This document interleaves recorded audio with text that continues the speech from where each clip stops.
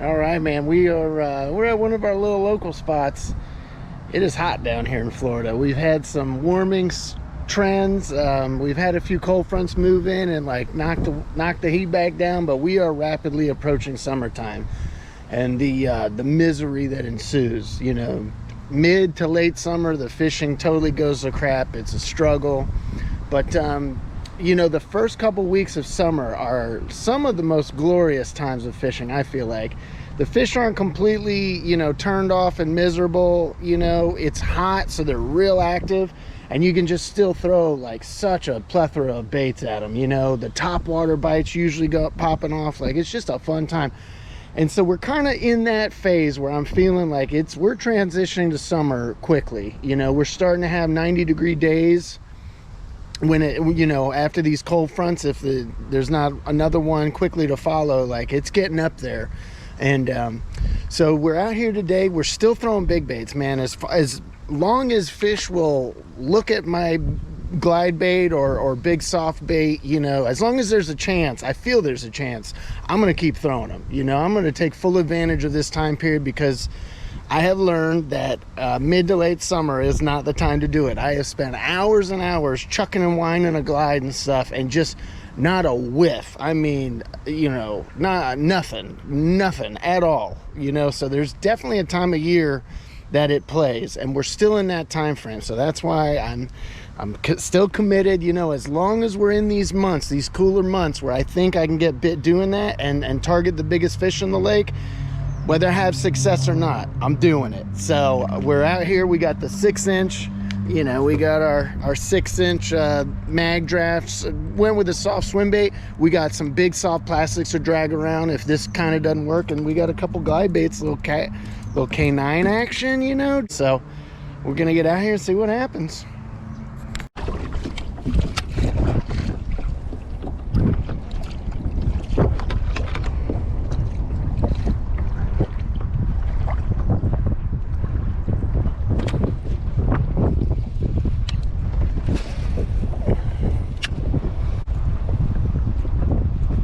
Oh God, there it is. No, dang it, that was grass. Shoot.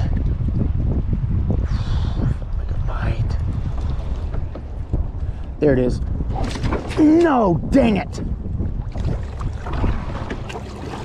Oh, that felt like a bite.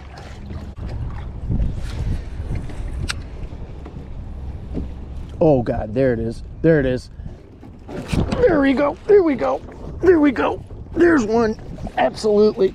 We got the Magdraft on. There we go. That's a nice one. We're just casting out to deeper eelgrass. Oh my God, another one came up right at the kayak and was fighting with this guy for it. Okay, I thought we were getting bites, man, but we're reeling it through grass, so it's kind of hard to tell. The eelgrass shoots are all the way to the surface. Oh dude, okay. Look at this madness. Look at this madness. This fish just got spit up something. All right, dude, we are gonna paddle over. We're gonna learn something here, baby. Look at the size of this threadfin shad. Look at this. This is a good sized threadfin. Either this fish or the other fish that came up and was fighting with this guy coughed this guy up. I kind of like my chances. You know, we got a lot of reflectiveness. This is the Magdraft. It's that black back with that foil in it. We got a lot of, wind and stuff, so the water's getting churned up. Look at the size of that threadfin, man. That's a good sized threadfin right there. If that's what we're eating, I feel like I made the right decision right out of the gate. We're doing something right. Look at that fatty. That's the beauty of threadfin shad in your lake, man. You get some fat bass. I mean, they got to work hard to catch these little things, you know, so it keeps them honest. But man, when they get a hold of a good pile of threadfin, they get nice and thick. That was exciting. Oh, that was too exciting. Oh, guy.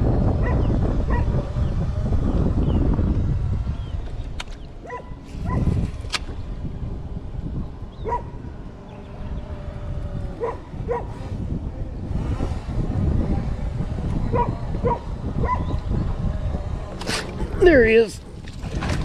There he is. I knew I was getting bit. I saw this guy. We're in a depression in the eelgrass. And this fish, I saw it flash and I felt the thump, but he didn't get it. So I kind of just lobbed it back in to this hole in the eelgrass and just really slow played it, slow worked it through. We got to commit. That was an awesome, you got to see that right at the kayak. It's really clear water. Oh, guy, there's a bite. Come on, get it. There we go, there we go. Come on, there we go. There we go. Nice. I don't think it's a big one.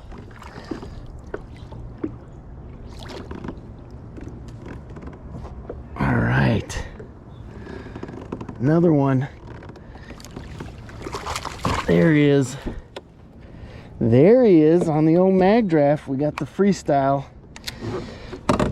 Switch colors. We got the trout. You know, we don't have trout here in Florida, but this guy just looks like a small bass as far as I'm concerned. And they still get chompy chomp. There it is. That's a healthy little guy. Same thing, man, just the outer edges of the visible eelgrass that I can see, the slightly deeper spots.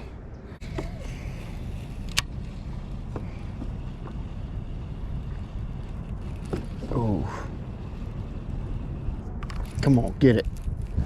There we go, there we go. There's another one. There's another one. That looks like a decent one. Nice. That's a good one. That's a good one.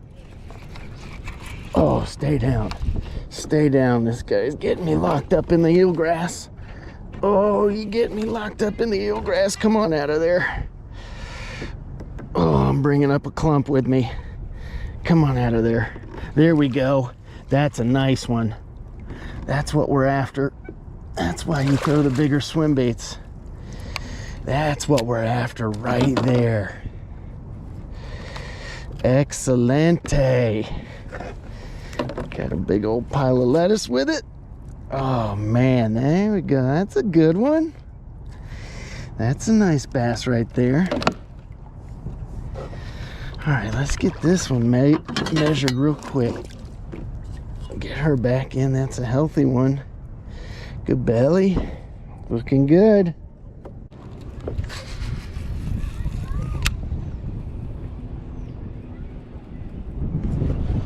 Oh, there we go. There's another one. There we go. There we go.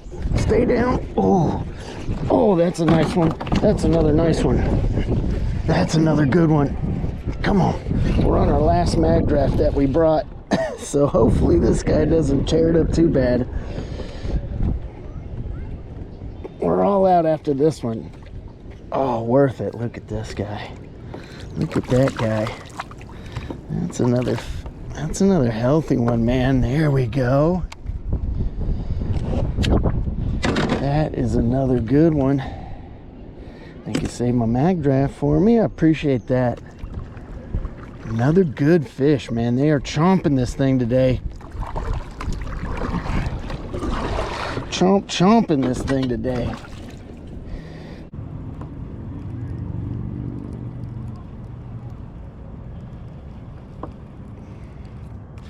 Cool guy.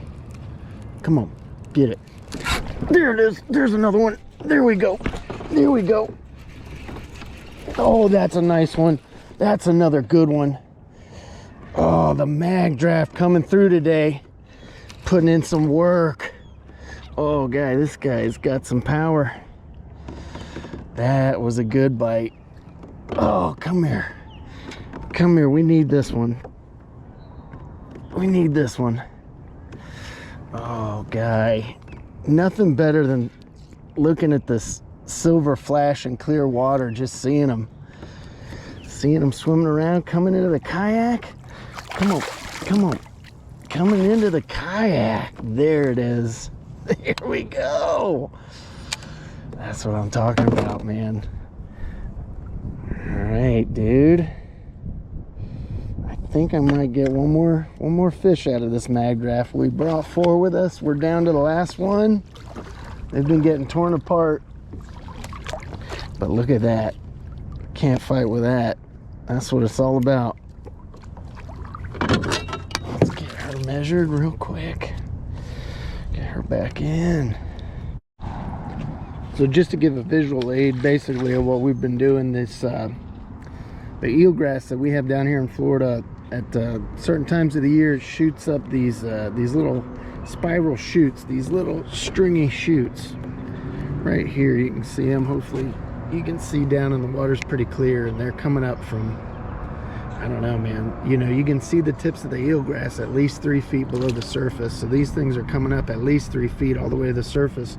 And they kind of basically overlay the surface. So if you look along, you can see these little things sticking up out of the water. So you can kind of tell, like, exactly where, you know, certain depth eelgrass is. So today we're positioning the kayak over this stuff, casting out to deeper edges where I couldn't see, you know, these shoots and such.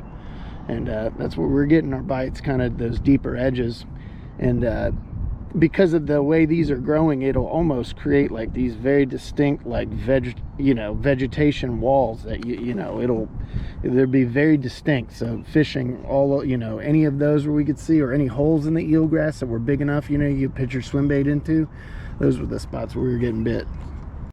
All right, man, so we were throwing the Magdraft. It's the 6-inch, it's the freestyle rig it weedless with an owner beast hook. And pretty much always gonna throw weedless baits, man. When I live down here in Florida, there's grass everywhere. I've just never done well with top hook baits or line throughs or anything like that. You know, obviously with hard baits, it just is what it is. They're gonna have treble hooks on them, and that's life. But with like soft swim baits, I always go with weedless rigs. It's just saves my frustration and my positivity and such. But the fun part about today was I finally did learn something. You know, I've been these Magdrafts. Most of the colors are they're more of a transparent color. So I'm always gonna grab these when I'm fishing clear bodies of water. If it's a murky body of water, I'm gonna go to something that's more of a solid color that would show up better, and maybe darker colors or just solid white, you know. But so one thing I picked up on today is we started out with this guy. This is like, I don't know the exact name of the color, but it's got this transparent belly with a holographic piece of foil in there, but it's got this like straight black back. So very much, you know, if you took the black back out of it, it's very much a shad representation. Every bite I had with this, so I caught 2 fish with this, and I had that 1 follower. And both fish, I felt the bites through the first cast, and they didn't really follow it in. And it was when I made that second cast back to that area is when I got those bites. So it was very much like, these fish, there's something about this bait they liked. You know, I held it up against the threadfin shad, the dead one that we found, and I was all jacked thinking I made really good decisions. But it's one thing too I've noticed in other clear bodies of water that I fish this exact swim bait, is that it gets a lot of nibbles and a lot of follows, but the fish were extremely reluctant to commit. Now, some of those days, you're just gonna have those days, some days where it's, you know, you're just gonna have followers and not biters. But I just noticed that there's just something about this color that's cool, but it's not great. You know what I'm saying? So when I switched to this trout pattern, and you know, we don't have trout in Florida, we don't have perch, but this trout pattern very much represents like a small bass to me. You know, it looks very much like a small largemouth bass swimming through the water. The perch color, you know, is all green and stuff with some black, and also kind of could represent a bass or a bluegill. So they're very natural. Like, this to me is a much more natural color than that distinct like black back translucent, you know, especially when the fish are getting a really good look at it. So when I switched to this color, all the fish I caught, you know, I could feel them bumping and nibbling it. That was just what was happening. But it wasn't, I didn't make repeat casts to get those bites. It was, I made a cast, throughout the course of the cast, the fish finally bit, and I caught the fish. So just something to note. I'm not a big color guy. I don't get hung up on color. It's always, is the water clear? I'll throw lighter colors. Is it dark? I'll throw darker colors. Is there wind? Maybe I want something with a little bit of flash, you know, and try and keep it as simple as I can. But hopefully that helps you guys. I don't know. take it for what you will. Every day is different. You never know what's going to work till you try it. So